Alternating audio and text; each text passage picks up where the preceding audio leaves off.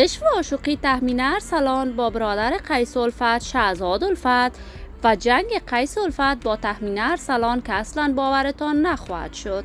آیا تهمین ارسلان با شهزاد الفت ازدواج کرده است؟ رفتار عجیب و باور نکردنی قیس الفت با تهمین ارسلان و برادرش.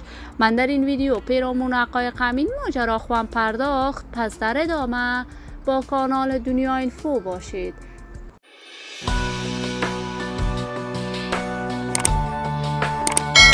سلام سلامتی ایام به کامتان باد. شما را خوش آمدید میگم به یکی دیگر از ویدیوهای جذاب کانال دنیا اینفو. برای دوست شدن با این کانال علامت سابسکرایب را فشار دهید تا از ویدیوهای دیگر کانال دنیا اینفو هم آگاه شوید. تهمین ارسلان یکی از هنرمندان خوش صدای افغان و شهرت و محبوبیت خاص خودش را در میان هنرمندان افغانستان دارد. تهمین ارسلان با صدای منحصر به فرد خودش در میان هنرمندان افغانستان شهرت و محبوبیت بسزایی دارد.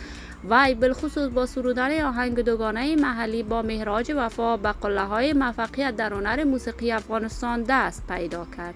تهمین ارسلان دوست دارد بیشتر اوقات آهنگ‌های میهنی و عاشقانه بسراید. جدیداً آهنگ عاشقانه وی با شهزاد الفت برادر قیس الفت با زید بیش از 5 میلیون بار در یوتیوب را از آن خود کرده است و این دو را به اوج شهرت رسانده است. رفتار عاشقانه و باور نکردنی تهمین ارسلان با شهزاد الفت مورد خشم و انتقادات بیشمار علاقمندان و دوستدارانشان در صفحات مجازی شده است و قیس الفت از این کار تهمین ارسلان و برادرش خیلی ناراضی است.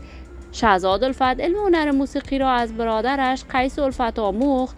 وی بیشتر اوقات آهنگ‌های رپ می‌سراید. شهزاد در کشور کانادا زندگی می‌کند و قرار است با تهمین ارسلان در کانادا نامزد شود.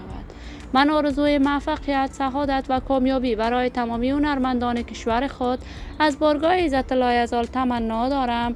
عزیزان و دوستان خوبم، شما هم نظریاتتان را در بخش کامنت با من شریک بسازید. اگر تا هنوز دوست کانال دنیا اینفو نشدید، پس برای دوست شدن با این کانال علامت سابسکرایب را فشار دهید. این ویدیو را با علاقه‌مندان و دوستداران تهمین ارسلان و شهزاد الفت به اشتراک بگذارید. تا درود دیگر تمام شما خوبان را به الله منان سپرده موفق و کامیاب باشید.